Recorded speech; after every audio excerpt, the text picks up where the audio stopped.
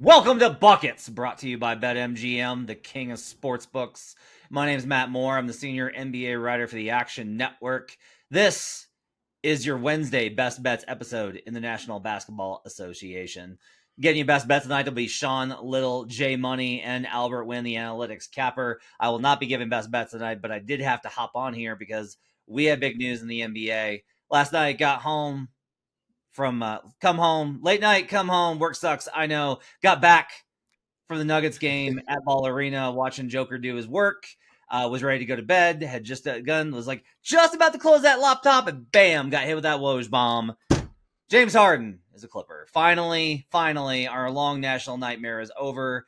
And Captain Trade Demand can go somewhere else to demand another trade in 3 months. The Los Angeles Clippers send Nick Batum, Robert Covington, the corpse of Marcus Morris, alongside 2 first-round picks, including one that they negotiated from the Oklahoma City Thunder, a pick swap, and 2 second-rounders to the Philadelphia 76ers for Harden and PJ Tucker, and a European prospect who we'll talk about if he ever becomes good. So, I want to get the guys' reaction to this. We can do a reaction pod to it because today was crazy. I want to get everybody's thoughts on like what they think about this, if there's a play to be made. My big picture takeaway on this is do not bet Clippers. Don't bet them for midseason tournament. Don't bet them to win the title. Don't bet them to make or miss the playoffs. Just stay away. I took division in preseason. I think that's okay. They're in the mix for it. They look pretty good anyway. But like, look, wait. Just wait. Because you'll know more about this team and whether or not they have any semblance of health or availability in April. We talked about this so much on the preseason best bets episode for title futures that you can wait and still get a good number before the start of the playoffs. I don't think that case is more applicable than with this Los Angeles Clippers team. But Albert Wynn, I do want to kind of get a sense from you of how do you think that the Clippers change with James Harden? Like, do you upgrade them? Do you downgrade them? How do you factor in the addition of James Harden to the Los Angeles Clippers? Yeah, it's an interesting question, Matt, because I actually don't consider James Harden a star anymore. Like, I think if we were to talk about him 2 trade demands ago, right, this is going to move the needle. But you know me, we had this discussion on preseason odds before the season started. I was bullish on the Clippers heading in. I thought it was going to be a redemptive type season. Kawhi, if healthy, we all saw how great he is in the playoffs against the Suns in that one game. PG redemption, Russell Westbrook, Ty Lue, like the list goes on because this team is no longer talked about like it was a couple seasons ago, and I was very, very bullish on that fact. But now adding this, very talented, great playmaker. If he has his head, screwed on right on the basketball court, he's a great addition to your team because there's not many people can do what he does from a skill perspective.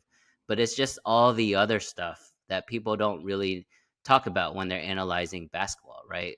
When you look at all the off-court stuff, the locker room stuff, I just don't know if those 4 personalities can mesh for a full season. And it's no coincidence that all 4 guys are basically free agents at the end of the year. So it's going to be very interesting to watch. It's going to be great theater as a fan. But from a betting perspective, there's no way I'm going to be backing the Clippers now. So I'll go back and forth on this. He led the league in assists last year, 12 per game, and he shot 39% from 3-point range.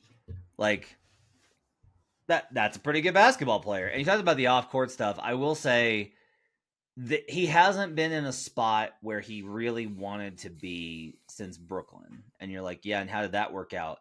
There's no Kyrie Irving here, right? Like, that was the whole thing. Is like the pandemic happened, and the whole Kyrie thing happened, and Harden's like, I'm out. Now, I don't want to make excuses for him. Like, Harden's made his bed. Like, Harden has made his bed. He's caused this whole conversation, Sean. But I will say that, like, look, having a guy that can set up Kawhi and PG is a good thing. Having another floor spacer that you can play next to Russell Westbrook in those lineups is a good thing. Having a guy that can run pick and roll with Zubac in the minutes when those guys are not on the floor. If there's a game where PG's out and Kawhi's, in the minutes where Kawhi's not on the floor, you can just run Zoo, Harden pick and roll, and you'll be pretty effective. Like, it just kind of works. They gave up a lot of depth here. I love the PJ Tucker pickup for him. Gives him a small ball 5 option.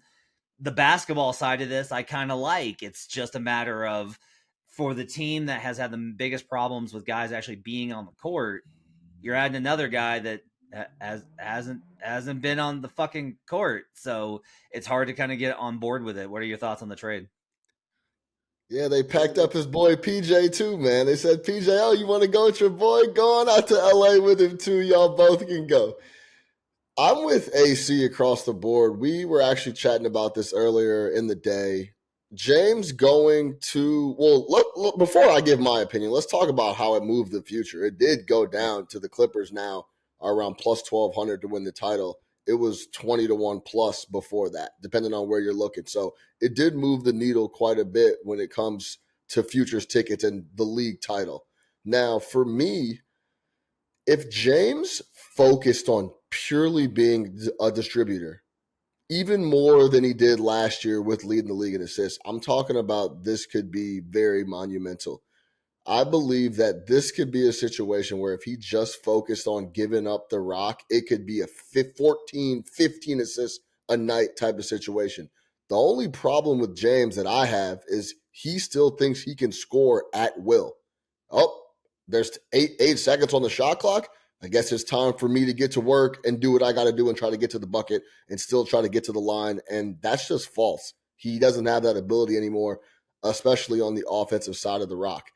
It reminds me of that Melo situation when he went to KC. Remember LKC? Remember when they were in the press conference and they were like, hey, yo, P, they want me to come off the bench. And it was like everybody was there on Melo that you're not the guy anymore. And he personally wasn't there yet. Yeah. Depending on how James comes into this situation in LA, if he still like if you sat down and asked James, like what number guy is he on this team? Him answering the question would tell me all I need to know if this situation is going to work out or not. He's like, hey, I'm going to be like the 3, maybe even the 4 potentially on some nights if Norm Powell comes off the bench and is cooking. That's where I see myself on the team, and I just want to make sure everyone else gets going, that I can get behind this. Until I see that from James, though, I'm more in the camp that Philly won the trade, got a bunch of guys that they can plug and play on expiring deals, and then reset and figure out what they're going to do going forward, and then make sure they sit down with Embiid and everyone's on the same page going forward. Jay, does this move make you like or dislike the Clippers more on a night-to-night spot? It does make me like him a little bit more, but first off, James Harden in LA, right? What could absolutely go wrong? I do not want him in a big city or in a party city whatsoever. This is an older team, but they're basically pushing all their chips in. They're going at it like a last dance. Like, this is our best chance to get a championship. Another one for Kawhi, but guys like Russell Westbrook, James Harden, Paul George as well. They're going all in on trying to win a championship this year. So I do think that it puts them in the competitive race, right? It actually gives them a point guard. Like Sean said, alluded to, if he can come in and be point guard first, they can be a great team. If he's trying to score, maybe he hits some threes, but you can't try and do too much, in my opinion. But I guess I said all that to say they finally have like a true point guard out there. We know that Russell Westbrook isn't really a true point guard, so if he can be pass first, it really has a high ceiling, in my opinion. And if he can stay away from the nightlife and put his eyes on the prize, then they really have a chance to make some noise over there in the Western Conference. Yeah, I mean, James's thing has always been that he doesn't have to sacrifice the nightlife stuff. Like, most players could reach that point where they're like, all right, I did it for 10 years, 8 years, 5 years, whatever. I moved past it. I'm ready to, like, I really want to win.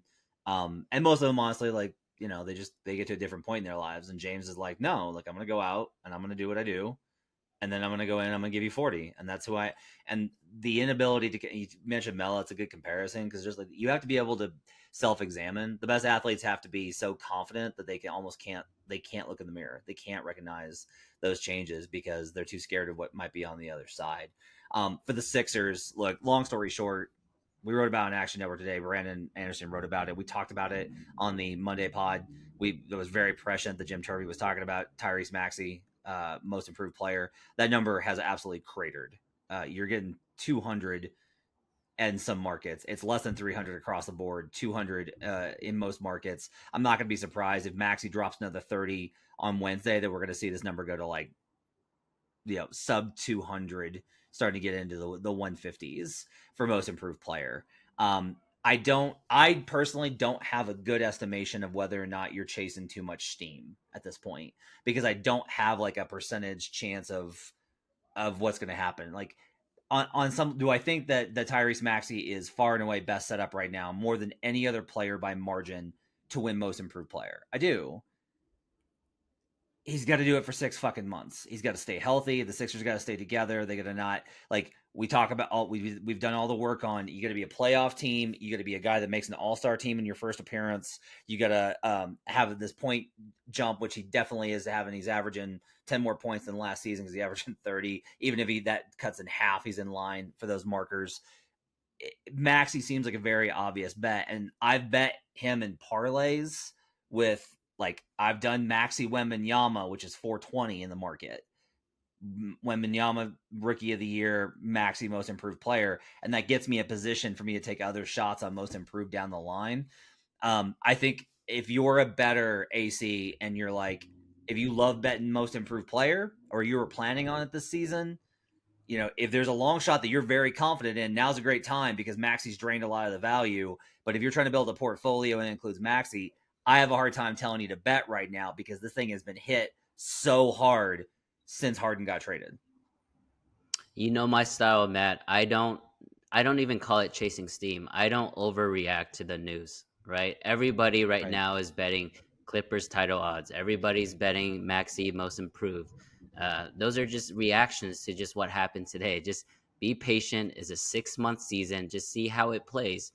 Break it up into quarters if you want, right? There's 80 games, so break it up in 20 games. Reassess after 20, and if you still think Maxey's the play there, then that's when you should fire, because most likely you're going to get a better number.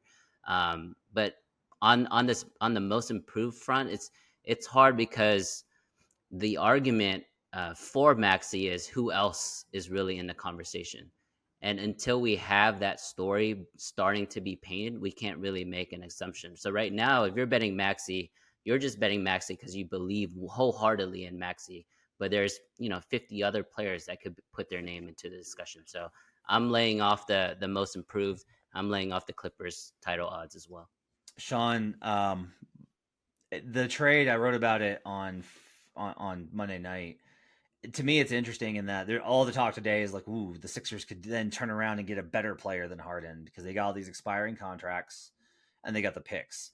I do want to note that actually the expiring contracts don't necessarily help you. If you are a team that is entering a rebuild period, what you don't want is dead money. Because if you are a team, let's say that you're the Chicago Bulls and you're going to trade Zach LaVine and you're going to blow this thing up, DeMar leaves in free agency, you liquidate Vooch, etc. And you're like, yeah, but you get off all that money, and so you don't have to worry about the luxury tax. That's true, but you're going to be under the floor, which means you got to find someone to take it. And that's when you wind up doing stupid-ass deals, overpaying guys because you're trying to get to the floor because you just have the money. And that's a kind of a difficult thing to manage. The other thing is, just as the Sixers have the capacity to now go after a Zach LaVine, an OG Anunoby, a Pascal Siakam, one of these other guys that comes available, by the same token, if Joel Embiid motions, if they've started off great. If this thing goes sideways and Embiid motions like, I'm out. You didn't get a guy for Harden, I'm out. If that happens, this trade allows them to maneuver very quickly to a rebuild as well. I don't think Daryl Morey wants that. I think Daryl Morey recognizes that's the end of his Sixers tenure. I don't think that ownership wants that.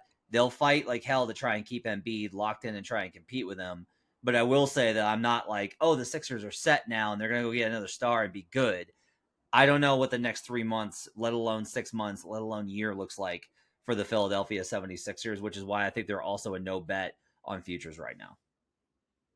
Yeah, well, Embiid's the linchpin, right? If he wants to stay, there's no rebuild. You try to figure out who you can get and pack up and figure out who's going to get around Maxey and Embiid. If Embiid makes a hint at wanting to leave, it's tear down time. Process is over. We gave it a good run, and then we start over.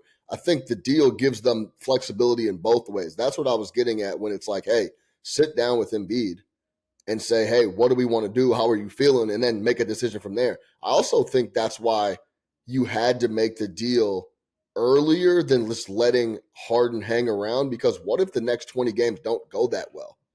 then it really starts to, the pressure starts to build up of like, we got to do something. So I think I like the deal happening earlier rather than like closer to the deadline because it gives you a little more flexibility. So yeah, Embiid's the linchpin, pure point blank. If he wants to stay, you figure out a way to try to get some guys around him. If he wants to leave, it's a tear down regardless. All right, we'll have more on the James Harden trade and the ramifications and the Sixers and all that as the season progresses. That's going to do it for me, but stay tuned. Jay, Sean, and AC are going to give you best bets for the Wednesday slate. All done with the James Harden talk. We're in the workshop. Best bets for the NBA slate on a Wednesday. Sean Little, AC Albert Wynn, Analytics Capper. J Money is money. Let's jump right into it, fellas. You know the deal. We'll give our best bets. We'll give a cap. We'll get you guys out of here. AC, what are you looking at for the Wednesday slate? Yeah, what's up, y'all? I got two underdogs for Wednesday night. It's gonna be Minnesota Timberwolves +3 to 3.5, depending on what you're looking at. That's scary. You're going up against an undefeated Nuggets team, and then the other play is gonna be Chicago +5 going up against another undefeated Dallas team. I like both underdogs. J Money is money. What are you looking at? Give me the Sacramento Kings +7.5. And I am going to go with the Miami Heat -6 and the Pacers +11.5. AC, I'm going to come right back to you. Talk to me about the Timberwolves. I was so high on the boys coming in. Ant-Man, damn near printing MVP tickets. My long shot was for them to win the West at 40-1. They have come out the gates very slowly. Talk to me about the Wednesday play. So this is like a portfolio of bets, right? I like both dogs. I think one of the undefeated favorites will lose outright. So if you even want to go money line for both of them, Minnesota +140, Chicago +180. If you go 1-1, that's profits, right? But just from a spread standpoint, I think this is a great spot for Minnesota at home to really show that they are one of the up and coming teams in the West. They actually match up pretty well against Denver. Denver right now is a matchup nightmare for every single team in the league. Not only did they win the finals last year, but they're starting this year on fire. And it looks like the depth of the team is actually really believing in Mike Malone's system even more than last year. And we have a healthy Jamal Murray to start the season as well. So there's a lot of great things going for Denver, but those are the opportunities and the spots that I like to kind of fade. So Minnesota 1-2 this year against the spread. I think they are going to get back to 500. Again, I like the +3, +3.5, and even sprinkle the money line on this game as well. And if you go back to what Matt Moore has said multiple times, being close to the Denver Nuggets organization, that was the hardest out for them throughout the playoffs. They rolled over the Lakers. We know what happened in the finals. The toughest out they had was the Minnesota Timberwolves as they came on and were rolling down the stretch. So multiple things going for AC there. The revenge spot, that matchup, they match up with Denver better than most. All right, talk to me about Chicago. Get both of them out of the way, and then we'll get some feedback from the fellas. Yeah, Chicago, I think this is more of me having a very, close pulse when it comes to the Dallas Mavericks. They've been the same type of team the last 3 or 4 years during this Luka era. They will get to, certain spots in the season. For some reason, this season is the beginning of the year, but they'll get into these runs where they'll win 6, 7, 8 games in a row. But then when they play a bad team, especially at home, they start playing down to their opponent. They like to play with their food, especially in that second half.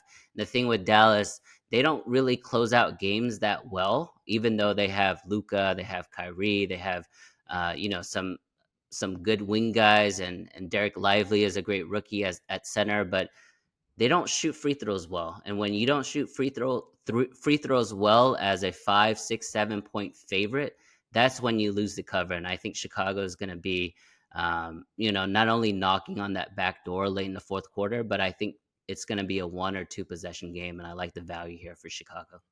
It's funny you say how you're in tune with the Dallas Mavericks, AC, because I'm in tune more than most people with the Chicago Bulls. And you just never know who's going to show up on a night-to-night basis. They could go to Dallas and win by 10 points.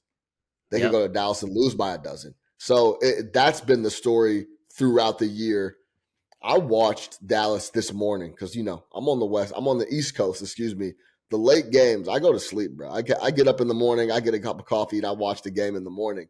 And Luka is out of his mind right now. And I'm not talking about just scoring because that we know that's what he can do. But like the quality of shots that he's getting everyone else is on a different level at the moment. So that was one of the tougher games on the board for me. Let's see if that comes in. Let's see what Bulls team shows up. Let's see what Mavs team shows up. But I trust you, AC. Let's see what shakes. AC, we know you love fading, rocking with the team when their best player goes down. Yeah, man, you guys follow me on Twitter. That's my thing with the NBA, especially the regular season NBA. But I will caveat that a lot of that is based on like a late scratch, right? Let's say De'Aaron Fox is, TBD or questionable all day long, and then 30 minutes before the tip off, he's out, and then the line moves like a point and a half or 2 points. That's when I like to jump on the Kings there. But I agree with Jay here from a spot perspective as well, and we're on 3 dogs here. I think we see a lot of value with these dogs early in the season. Again, we're still just collecting data. It's still 1-2 weeks in, but from a you're just trying to find an edge, right? And I think 7.5 points is a lot for a team that has revenge on their mind. Yeah, no question. I was looking at this play as well. 7.5 points is a hefty number for teams that are very familiar with each other, and Golden State's feeling good. Steph Curry's already wilding early, and the spot with them going home and then having to pack up and get right back out of town is interesting. And the Kings, this is a team that they want. It's almost like the Bay Area. That's the comp. That's the level. That's where we're trying to be. That's where we're trying to get. They're going to show up and get max effort, even if it is still early in the season. All right. I'm going to go with the Miami Heat -6. I'm going to kick it off just with this. Keep this in mind. Jimmy Butler is questionable. Bam Adebayo is probable. I think he goes. Who knows about Jimmy Butler? We even with the season being not even a week old, it's already impossible to tell who's going to go, who's not. But either way, I still like this spot for the Heat -6. Hopefully Jimmy shows up. Either way, I still think it's a great spot for a veteran team that is going back home after 3 straight losses. This is a really good spot for them to get a win against a very mediocre Nets squad. I liked what I saw from Miami coming down the stretch against the Bucks. They easily could have folded up. They were down double digits. They go into the fourth against the Bucks in Milwaukee and actually put up a fight and end up making it a closer game than it could have been. They easily could have folded up. So I liked what I saw there. The Nets overall have been horrible on defense to start the year, 28th in defensive rating, and they're also turning the ball over a ton, 23rd in turnover percentage. Also, listen, man, this guy Cam Thomas has gone for 30-plus in 3 straight games. That's every game of the year for the Nets. I have to believe Spoelstra will have something for him. He's not going to let Cam Thomas continue to go ballistic like he has been to start the year. So I think this is a good spot for a veteran-laden team like the Heat after losing 3 straight to get back home and get a W against the Nets. I'll lay the 6 points. Also, Nick Claxton, Cam Johnson out. Dinwiddie, Dennis Smith Jr. are doubtful. This is also the 3rd road game for the Nets as well after opening the season at home versus the Cavs. This is going to be their 3rd straight road game, and it's in Miami. We don't even have to talk about – we know what the nightlife situation down there is. I think this is a really good spot for a veteran Spo-led team to get a W. Heat -6 is the first play.